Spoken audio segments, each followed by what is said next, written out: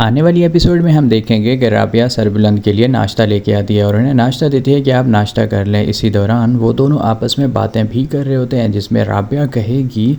کہ آپ کو ہمت کرنی ہوگی اور آپ کو ہمت نہیں ہارنی، کیونکہ آپ اس علاقے کے سردار ہیں، اور اگر سردار ہی نہیں رہے گا تو پھر سرداری کا کیا بنے گا۔ اور اسی دوران سربلند کافی زیادہ رابعہ کی باتیں سن کر حیران بھی ہوتا ہے، اور وہ کہتا ہے کہ ہمیں اس ساری سچویشن کو جاننے کے لیے ماضی میں جانا ہوگا۔ ماضی میں جائیں گے تو بعض دفعہ ماضی میں جانے سے ہمیں حال کا پتہ چلتا ہے۔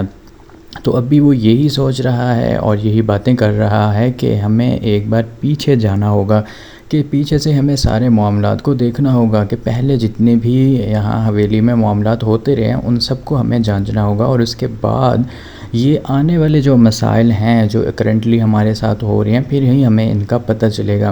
اسی دوران سربلند کہے گا کہ ایک ہی شخص ہے جو ہمیں ان سب معاملات میں ہماری مدد کر سکتا ہے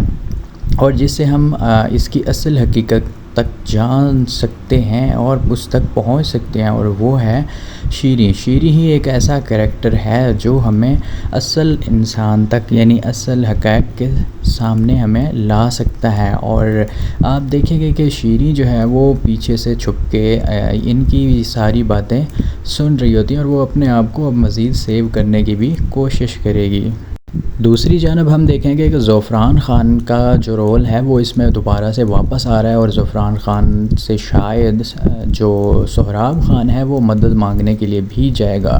کیونکہ ہم اگلی ایپیسوڈ کے ٹیزر میں یہ چیزیں دیکھ رہے ہیں کہ وہ کہہ رہا ہوتا ہے زعفران خان کہ کسی کو بھی مارنے کے لیے جگرے کی ضرورت ہوتی ہے، اور سربلند جو سہراب خان ہے اس کے اندر جگرا نہیں ہے، اسی لیے وہ بار بار ناکام ہو رہا ہے۔ تو ہو سکتا ہے جو سہراب خان ہے وہ آگے چل کے سربلند کو مارنے کے لیے اور حویلی کا چارج سنبھالنے کے لیے وہ زعفران خان سے بھی مدد لے۔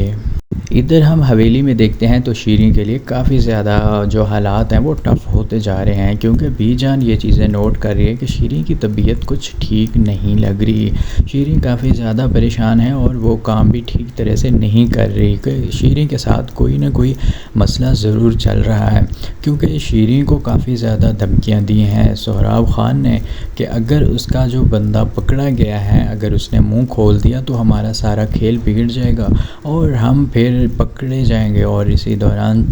آپ نے دیکھا کہ سہراب خان نے دھمکی دی ہے کہ اگر وہاں پہ کچھ بھی ہوا تو وہ شیریں کو نہیں چھوڑے گا، اس لیے شیریں کافی زیادہ پریشان نظر آ رہی ہے، اور اب وہ اس طرح سے چیزیں نہیں کر پا رہی جس طرح وہ پہلے کرتی آ رہی تھی۔ اب وہ کسی سے بولتی بھی نہیں ہے اور زیادہ تر چپ ہی رہتی ہے اور ساری باتیں چھپ کے آہستہ آہستہ سن رہی ہے، اور وہ یقیناً کوئی بڑا پلان ضرور بنائے گی۔ دوسری جانب آپ دیکھیں تو جو قاتل پکڑا گیا ہے اس کے اوپر کافی تشدد بھی کیا جا رہا ہے، اور اسے ابھی سچ اگلوانے کی پوری کوشش کی جا رہی ہے کہ وہ کس کے کہنے پہ یہ سب کر رہا ہے۔ تو آپ اس کے بارے میں کیا سمجھتے ہیں؟ کیا وہ زبان کھول دے گا اور شیریں کا نام لے گا، اور جو ہی شیریں پکڑی جائے گی تو شیریں پھر سہراب خان کا نام لے گی، یا اس کہانی میں کوئی اور موڑ آنے والا ہے؟